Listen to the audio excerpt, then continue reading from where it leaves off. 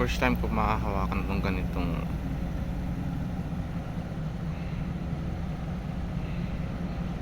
parang yumbo, parang bako, pero hindi ko alam kung anong tawag dito. So kaya yan ang kinuha nila, kasi pag bako nga naman mahirap, malit yung pwesto namin, malit yung space ng bako, kaya yan ang kinuha ni Satyo. Kaya dadakutin lang. Nakikita ko to sa mga pier, yung mga ganito, pero hindi pa ako nakaranas humawak nito. First time ko bukas, nasasakali. Kaya good luck sa akin, sana matapos ko ng maayos.